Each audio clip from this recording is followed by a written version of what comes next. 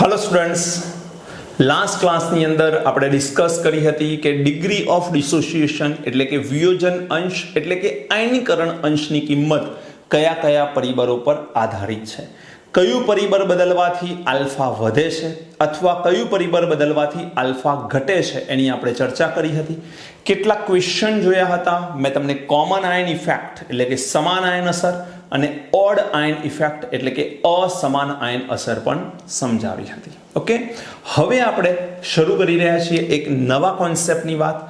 પ્રબર acid અને પ્રબર base આપેલો હોય તો એની પીએચ કેવી રીતે શોધવી.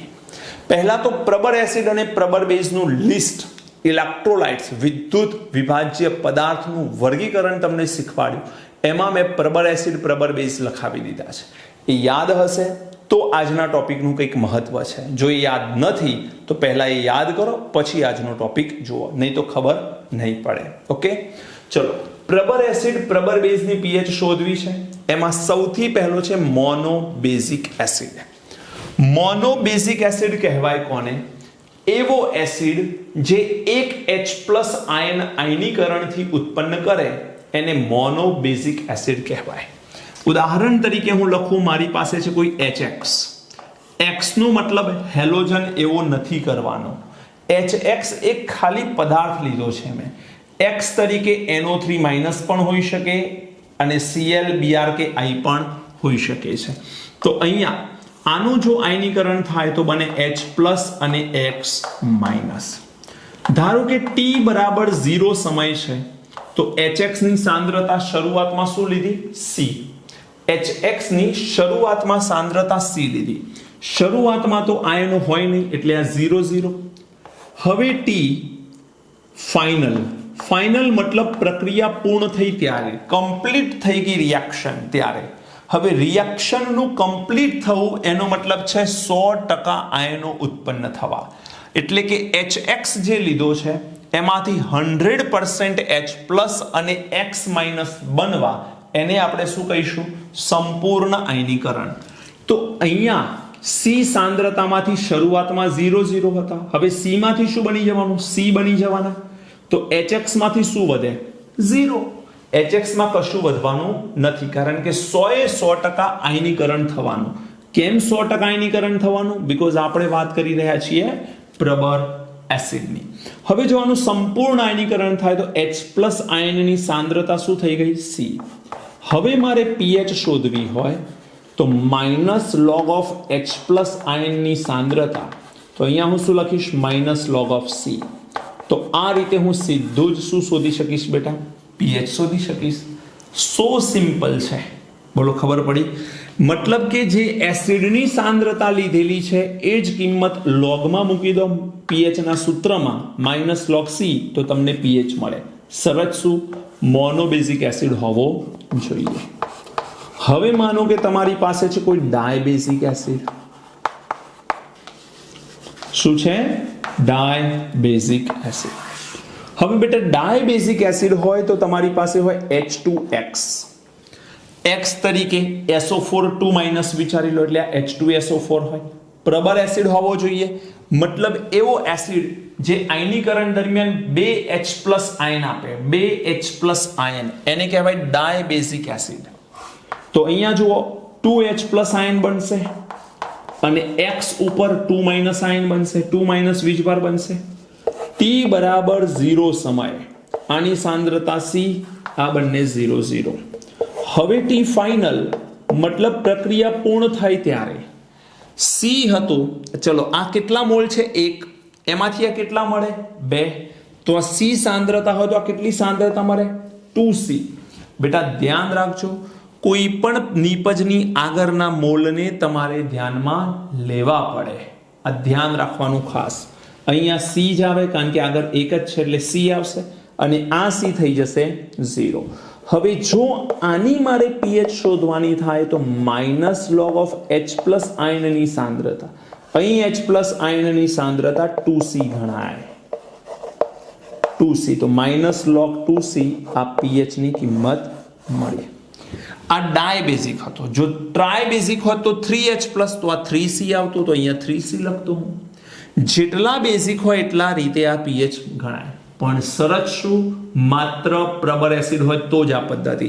નિર્બળ એસિડ અને નિર્બળ બેઝની pH કેવી રીતે શોધવી એની ઓલરેડી વાત આપણે કરી ચૂક્યા છીએ. પહેલા આપણે નિર્બળ એસિડ અને નિર્બળ બેઝની pH નો સેક્શન જ ખતમ કર્યો છે. ત્યારબાદ પ્રબર એસિડ પ્રબર બેઝ જે સરળ સેક્શન છે હવે શરૂ કરી રહ્યા છીએ આપણે. ચલો, આ થઈ મોનોબેઝિક એસિડ. હવે છે માનો કે મોનો એસિડિક બેઝ.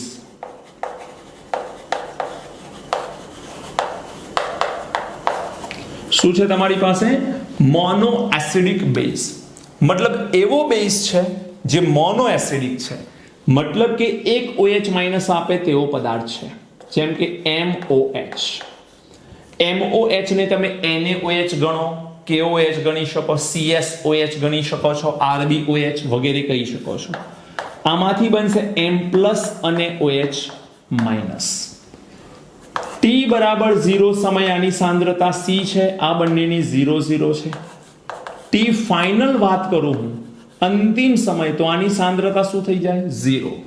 બેટા પ્રબર બેઝ હોય તો સંપૂર્ણપણે આયનોમાં એનું રૂપાંતરણ થાય, આયનીકરણ એનું સંપૂર્ણપણે થાય, અને આયનીકરણ સંપૂર્ણપણે થાય તો આ M+ C બને, C માંથી C, એક OH માઇનસ એટલે આ પણ C બને.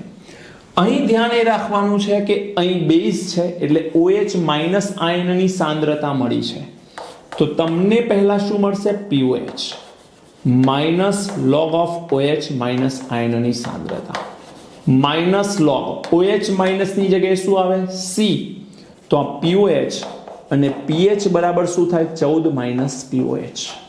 તો આ રીતે તમે pH શોધી શકો. પ્રબર બેઝ હોય અને મોનો એસિડિક બેઝ છે તો. જો તમારી પાસે મોનોની જગ્યા પર છે ડાય એસિડિક બેઝ, શું છે બેટા? ડાય એસિડિક બેઝ. ચલો જવાબ આપો. ડાય એસિડિક બેઝ કોને કહેવાય? એવો પ્રબર બેઝ જે 2 OH માઇનસ આપે. ઉદાહરણ તરીકે લખો તમે MOH 2 ટાઈમ્સ. આ M તરીકે તમે લઈ લો બેરિયમ Ba. આયનીકરણ થાય તો M2+ એન્ડ 2 OH માઇનસ આપે. T બરાબર 0 અને T ફાઇનલ. ચલો, 0 સમયની સાંદ્રતા C છે, આયનો 0 સમય એટલે કે આયનીકરણ ન થયું હોય ત્યારે આયનોની સાંદ્રતા 0. હવે સંપૂર્ણ આયનીકરણ થાય કારણ કે આ પ્રબર બેઝ છે તો આ બને 0, આ C, આ 2C, આ OH માઇનસ છે એટલે મળે શું? POH. બેટા કેમ 2C લખ્યું? ખબર પડવી જોઈએ. આગળ 2 મોલ છે તો 2C, આના 1 મોલમાંથી 2 મોલ મળે તો આની C સાંદ્રતામાંથી 2C સાંદ્રતા મળે. Minus log of OH minus આયનની સાંદ્રતા, માઇનસ log of 2C. તો અહીં તમને શું મળશે? POH. pH કેવી રીતે મળશે બોલો? 14 માઇનસ POH કરવાથી. જો બેટા આ ડાયની જગ્યા પર ટ્રાય એસિડિક બેઝ હોત તો અહીંયા 3 OH આવતા, અહીંયા 3 હોત, 3 OH આવતા તો આ 3C મળતું, અહીંયા 3C લખતા, POH, pH 14 માંથી POH બાદ કરવાથી pH મળતું. બોલો ખ્યાલ આવે? હવે હું જે 2 પોઈન્ટ લખું છું એ 2 પોઈન્ટ ખૂબ ધ્યાનથી સમજજો અને યાદ રાખી લેજો.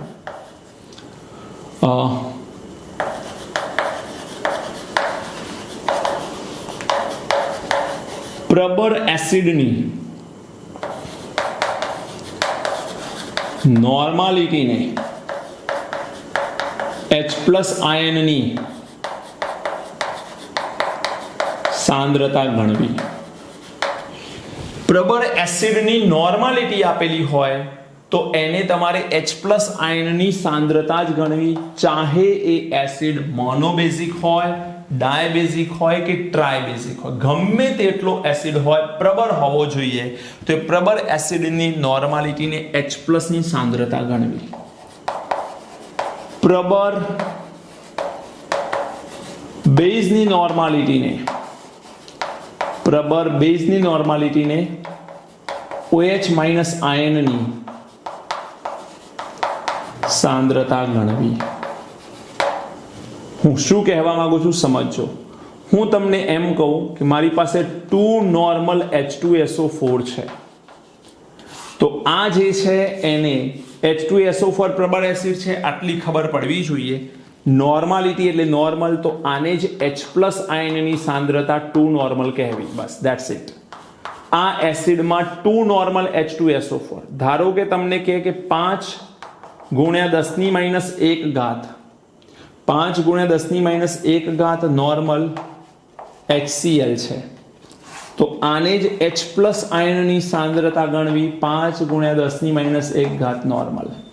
તમને એમ કે BaOH ટ્વાઇસ આપેલો છે 3 નોર્મલ, તો અહીંયા તમારે OH- આયનની સાંદ્રતાને 3 નોર્મલ ગણવી. ધ્યાન રાખજો, પાછળ પ્રબળ બેઝ અથવા પ્રબળ એસિડ છે અને નોર્માલિટી સાંદ્રતામાં છે, તો એને જ બેઝ હોય તો OH- આયનની સાંદ્રતા અને એસિડ હોય તો H+ આયનની સાંદ્રતા ગણવી. ધ્યાન રાખજો, બીકોઝ વેલ્યુમાં ગુણાકાર ક્યારે કરવો એ મહત્વ ધરાવે છે. ઓકે, ચલો હવે આપણે કેટલાક એક્ઝામ્પલ જોઈ લઈએ એના રિલેટેડ. તમે આની નોટ કરો, પછી એક્ઝામ્પલ જોઈએ. ચલો, લાસ્ટ જે ટોપિક આપણે ભણ્યા એના રિલેટેડ કેટલાક ક્વેશ્ચન મેં બોર્ડ ઉપર લખ્યા છે. સૌથી પહેલા એક ક્વેશ્ચનને નોંધી લો અને ત્યારબાદ એના જાતે આન્સર લાવવાનો પ્રયત્ન કરો, પછી મારા આન્સર સાથે તમે કમ્પેર કરો. ચલો નોટ કરો ઝડપથી.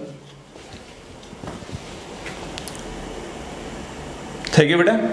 ઓકે, હવે જોઈએ આપણે એક પછી એક પ્રત્યેક પોઈન્ટને સમજવાનો છે. એકચ્યુઅલી મેં એ પોઈન્ટ તમને થિયરી સ્વરૂપે સમજાવ્યો છે, એટલે જાતે તમને આન્સર આવવા જોઈએ. એક પછી એક આપણે ક્વેશ્ચનના આન્સર જોઈએ. ડેસી નોર્મલ. બેટા ડેસી નોર્મલનો મતલબ તમને ખબર હોવી જોઈએ. અહીં H2SO4 ને ડેસી નોર્મલ આપ્યા છે, એટલે આપણે એને કહીશું કે 10⁻⁻1 normal. 10⁻⁻1 normal. Deci 10⁻⁻1 normal. Okay, 10⁻⁻1 normal.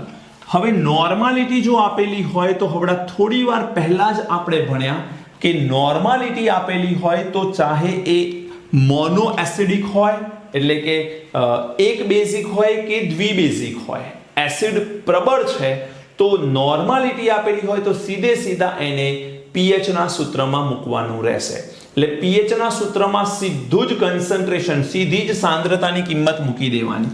તો આને આપણે સીધું કશું જ કર્યા વગર H+ આયનની સાંદ્રતા કન્સિડર કરવાની, H+ આયનની સાંદ્રતા ગણવાની, આની સેમ ટુ સેમ મૂકી દેવાની. આન્સર શું આવી ગયો? 1. આ માઇનસ છે, -1 આગળ આવે, pH ની કિંમત શું થઈ ગઈ બેટા? 1 થઈ ગઈ. તો આને આપણે ડેસી નોર્મલ કહીશું. ધેન આફ્ટર HI બરાબર 2 × 10⁻⁴ મોલર છે. બેટા મોલર છે, થોડી વાર પહેલા સમજાવ્યું એ પ્રમાણે pH ના સૂત્રમાં સાંદ્રતા જરૂર છે નોર્માલિટીમાં. હવે નોર્માલિટીમાં સાંદ્રતા લાવવા શું કરીશું? તો કંઈ જ નહીં, HI છે. પહેલા તો જુઓ પ્રબળ એસિડ છે, તો જવાબ છે હા પ્રબળ એસિડ છે. બીજો ક્વેશ્ચન કરો કે HI કેટલા H+ આપી શકે? 1. અને 1 H+ આપી શકે તો એને તમે શું કહી શકો? Mono basic acid. તો આ મોનો બેઝિક એસિડ છે તો એની મોલારિટી એ જ નોર્માલિટી થાય, કેમ કે normality is equal to x into molarity. બેટા મોલારિટી તમને આપેલી છે x. x એટલે એસિડ માટે ઉત્પન્ન થતા H+ ની સંખ્યા. HI એક જ H+ ઉત્પન્ન કરે તો આ એક આવે. હવે જો x 1 હોય તો મોલારિટી છે એ જ શું થઈ જવાની? નોર્માલિટી થઈ જવાની. તો અહીંયા તમે pH બરાબર સૂત્ર શું લખી શકો? -log of H+. તો અહીંયા શું લખાય? -log 2 × 10⁻⁴. તો આને આપણે ડાયરેક્ટ લખીએ 4 log 2 4 -0.3 log 2 ની કિંમત 0.3. હવે તો તમને ખ્યાલ જ હશે આન્સર શું આવે? 3.7. 3.7 તમારા pH નો જવાબ આવવો જોઈએ. ધેન આફ્ટર છે HNO3.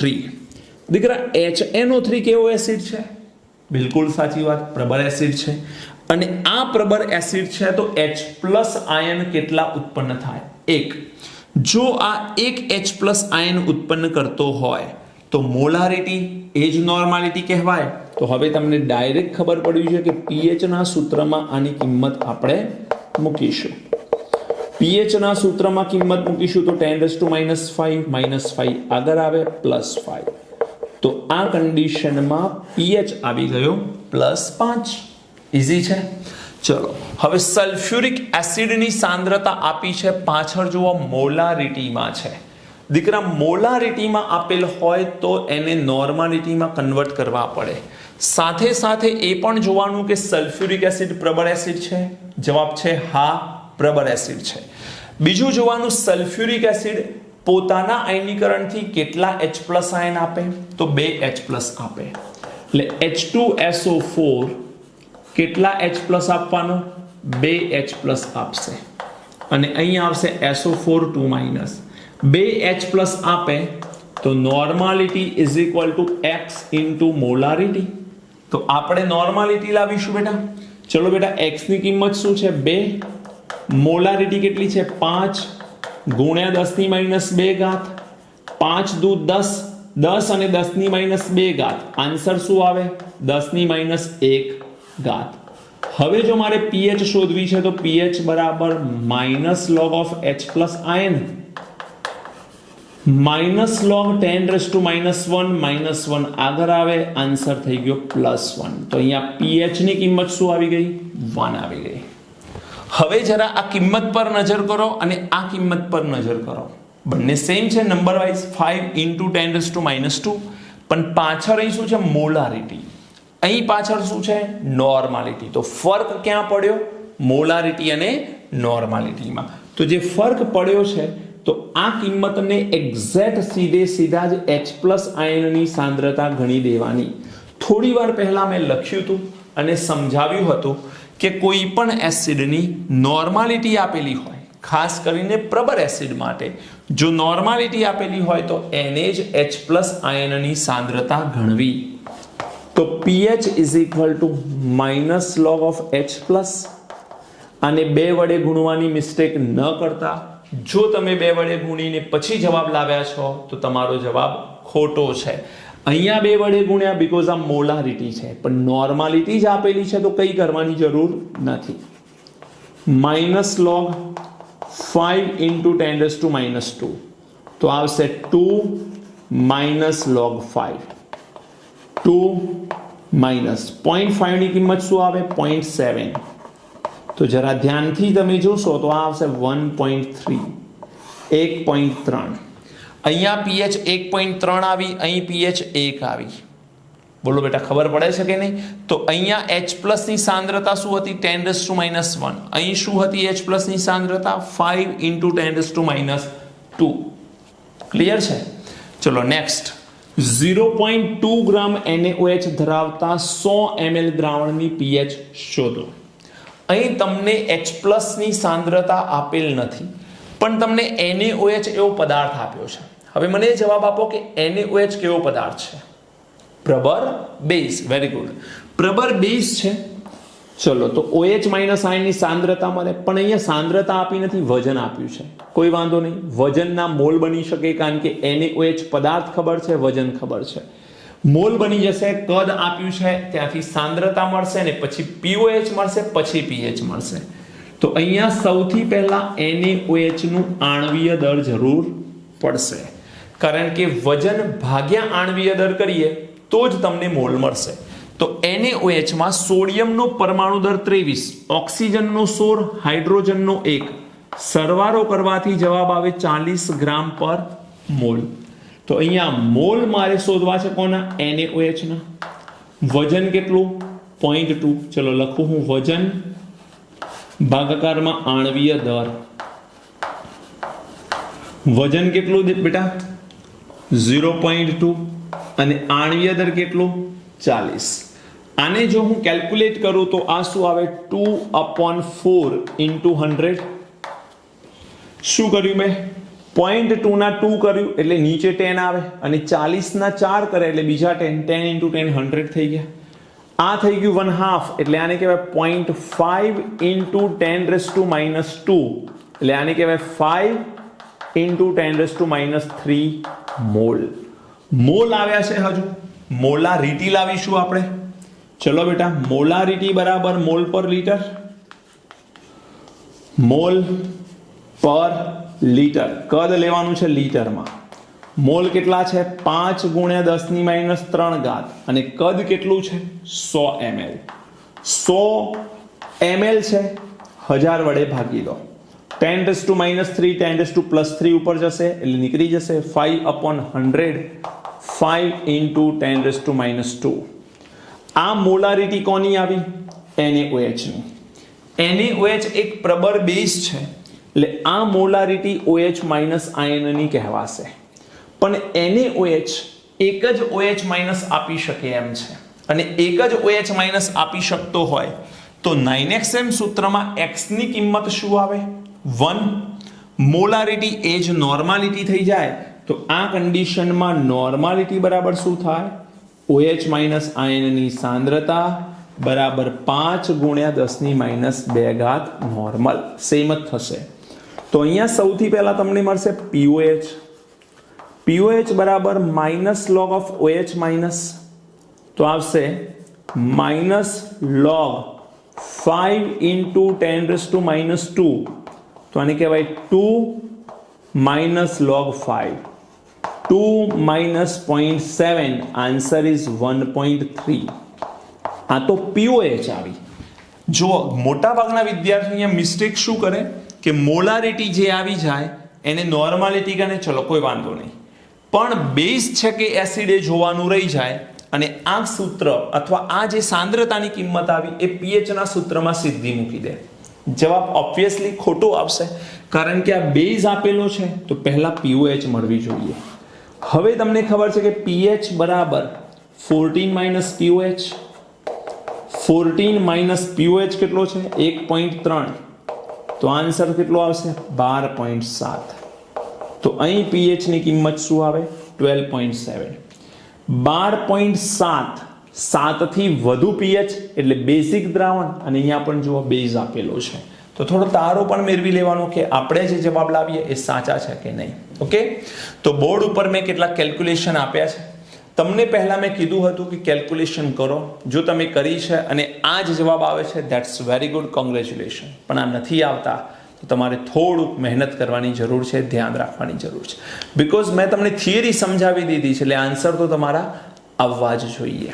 ઓકે બેટા, NCERT ટેક્સ્ટબુકમાં આવા કેટલાય ક્વેશ્ચન આપેલા છે. સ્ટ્રોંગ એસિડ, સ્ટ્રોંગ બેઝની pH, વીક એસિડ, વીક બેઝની pH શોધવાના એક્ઝામ્પલ અને ઇલ્યુસ્ટ્રેશન મતલબ ઉદાહરણ અને સ્વાધ્યાયમાં જેટલા પણ ક્વેશ્ચન આપેલા છે એ જાતે સોલ્વ કરો. જાતે એ હોમવર્કમાં તમારે કરવાના રહેશે. આ નોટબુક ચેક કરવામાં આવશે એટલે જરૂર તમારે એ લખવાના રહેશે. ઓકે બેટા, ચલો મળીએ છીએ નેક્સ્ટ વિડીયો લેક્ચરમાં. નેક્સ્ટ વિડીયો લેક્ચરની અંદર ડાયલ્યુટ સોલ્યુશન હોય, ખૂબ વધુ માત્રામાં ડાયલ્યુશન કરેલું હોય એટલે કે મંદન કરેલું હોય દ્રાવણનું, તો એની pH કેવી રીતે શોધી શકાય, ચાહે એ પ્રબર એસિડ હોય કે પ્રબર બેઝ હોય, એની pH કેવી રીતે શોધી શકાય એની આપણે ચર્ચા કરીશું. ઓકે, ચલો, thank you, God bless you.